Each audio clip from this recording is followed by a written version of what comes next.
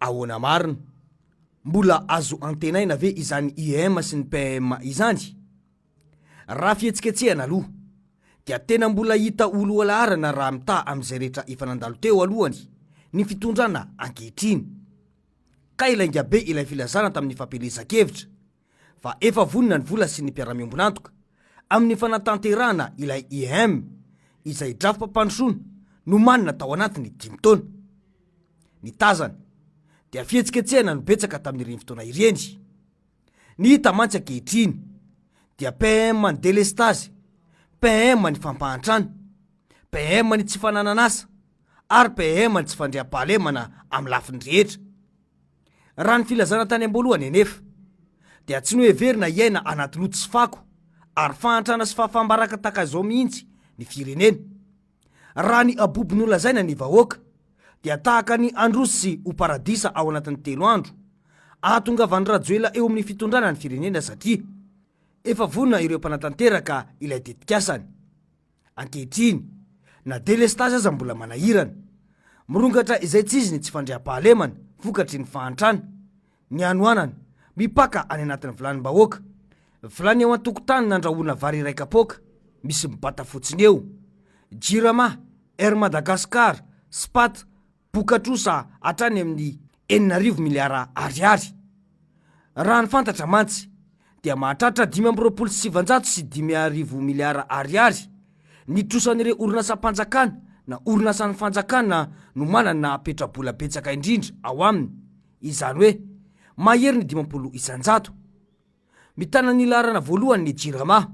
izay ny fanjakana no mitana ny 100 isanjato ny petrabola ao aminy, mahatratra 3,7 miliara ariary ka ny 2,7 sy 1 miliara ariary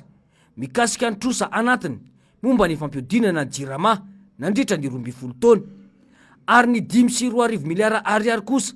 voasokajy ao anatin'ny passif non courant izay alohan'ny orinasa amin'ny taona ho avy. Faharoa ny orinasa Air Madagascar izay fanjakana no mitana ny 50 isanjato faingo 20 isanjato amin'ny petrabola kosa, mahatratra 3,7 miliara ariary ny trosany. Ny Spat na ny Société du Port à Gestion Autonome de Toamasina no fahatelo izay any fanjakana ihany koa ny 100 isanjato amin'ny renivola, mahatratra 5,7 miliara ariary ny trosa voasoratra fa tokony ho efainy. Ny trano fiantohana aro izay ny fanjakana no manana ny petrabola 3,70 faingo 3 isanjato ao aminy dia mahatratra 5,7 miliara ariary ihany koa ny trosa tokony ho alohany. Ao anatin'ny 5 voalohany ihany koa ny caisse d'épargne izay voalaza fa mahatratra hatrany amin'ny 2,7 miliara ariary ny trosa tokony ho efainy. Mety isy risika arabola goavana ny trosan'ny jirama sy ny Air Madagascar miantraika amin'ilay antsoina hoe FSMFP na ny plan stratégique modernisation de la gestion des finances publiques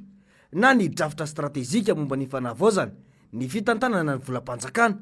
izay natolotra ny tapaky ny volana Oktobra. Goavana ny trosa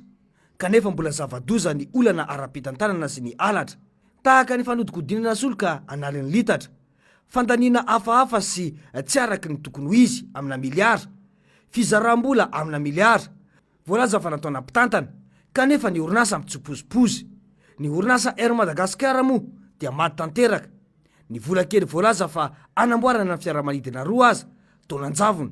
10 tapitrisa dolara be izao, voalaza fa bokatrosa hatrany amin'ny 20 tapitrisa dolara no vonoina ary nasiana ny Madagascar Airlines izay mbola resa be teo aloha ny tsy nahara-dalàna azy na tsy ankehitriny. Izay aloha hatreto no hita fa vokatra mivaingana azo n'ilay IEM izay nofinofy napetraka i Rajoelina. Toy izao anefa raha tsy ahivina ny zavatra nolazainy tamin'ny 17 ny volana febroary taona 2024. Ny afahantsika mampandroso fa ny Madagasikara ao anatin'ny fotoana fohy 5 taona ny fandrosoana izay tsy tratra tsy azo ny vahoaka malagasy hatramin'izay kankehitriny. Izay no fanazavana tamin'ny fotoana io ary tsy mbola vitan'izay fa mbola nampiny ihany koa hoe ny IEM dia efa nanomboka tsy mila endrasana amin'ny 2030 ny fiarovana ny tontolo iainana tsy mila andrasana amin'ny 2030 ny ady amin'ny anoanana sy ny kere tsy mila andrasana amin'ny 2030 ny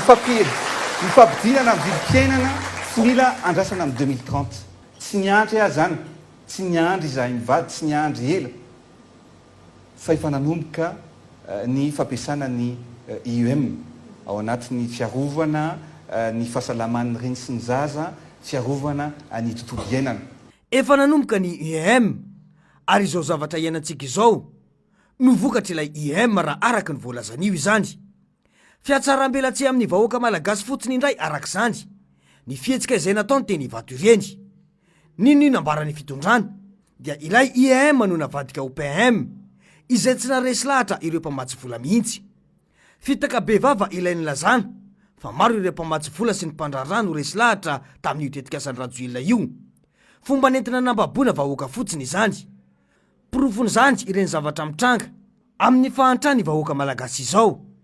nataona kotrokotroka sy nalefa mivantana tamin'ny fahitalavim-panjakana mihitsy ilay programa tsy naresy lahatra ireo mpamatsy vola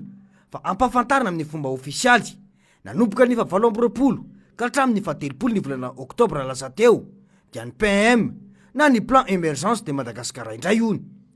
efatra taona ty aorina nahazahoana ny fahefana vao mikofokofoka indray zany ny fanjakana rajoelona ampanantena izao zavatra maro toy ny efa natao tamin'ny propagandy ihany karazana efa fiaingana vaovao amin'ny propagandy sy ny fampanantenana ho amin'ny taona 2024 isy ny fifidianana ho filoham-pirenena manaraka indray ireny zavatra mitranga ireny ny zavatra tahaka ireny mantsy matetika dia programa ao anatina fepito-piasana iray ary raha ny ampahany antotan-kevitra efa niparitaka aza dia drafitra ao anatin'ny 10 taona na plan décennal mino sy manantena 100 ve izany Andry Rajoelina sy ny ekipany fa mbola ho azon'izy ireo ny fandresena amin'ny taona 2024 raha izao zava-misy izao ny antso ny Bank Rothschild iaray tantana voalaza fa nampiasa sy manarama kabine vahiny anamboatra ny fifandraisana anivelany indrindra fa amin'ny frantsay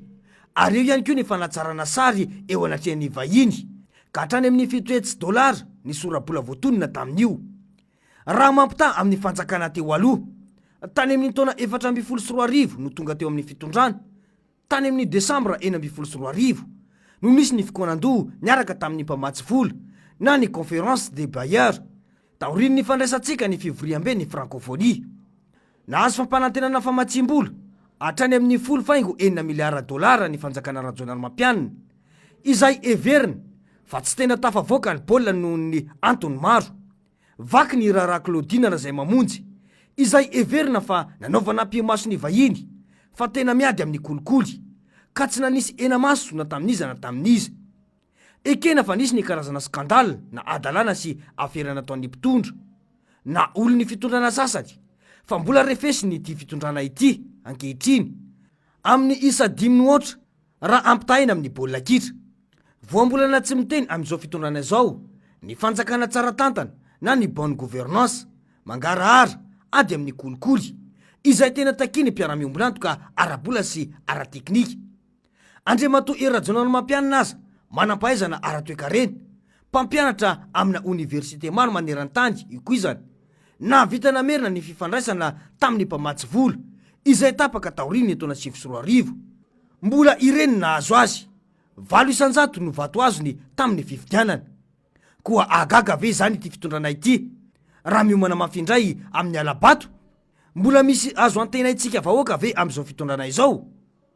iza no antenaina amatsy ilay PM sa ireo investisseur sak ado nisy mihitsy aza ireo maso ivotonga niatrika io fotoana io no niomey an'ilay fitondram-panjakana amin'ilay filazana tsy de mifanaraka midika izany fa tsy hoe manka toy ny fihetsika ny mpitondra avokoa ireo mpiara-miombonantoka sy ny maso ivo ary ny mpandraraha tonga niatrika io fampafantarana ny IEM io fa ao ny niome fa ao ihany koa ny manararoatra ilay firenetsika noho ny fitavozavozam-pitondrana sy ny tsy fahaizana ny fantaniana mipetraka arak'izany hatreto de ny hoe efa voafaritra ao anatin'ny lalàna feny tetibola-panjakana 2024 ve ny fanatanterahana ilay PM sa resaka mbola tabatra sikseoseo ivelany fotsiny tahaka ireo maro hafa. Ny sary sy ny serasera indray no ampiteneniny fa tonga maro ny mpiara-miombonantoka vonina ny mpamatsy vola. Ny efa natao tamin'ny IEM ihany no iveriny saingy zavatra pokato no betsaka. Raha nisy ny fatokisan'ny mpamatsy vola sy ny mpampiasa vola na nisy ny vola efa notokanana ny tanamasoandro, ny flyover, ny pôle urbain, ny teleferika. Ny vahoaka mahantra sisa no mbola mahatonga ireo firenena sasany miantra sy mamatsy vola ireo firenentsika ity. Fa raha izao fitondrana izao, fitondrana tsy hiova famindra amin'ny lainga sy ny kolokolo maro lafy. Izao ny vao hoe PM, IEM, ino ny mbola antenaina amin'ny oro malagasy, ankotsina neny ohatr'izay efa lany ny kary. Fa ahoana mariny?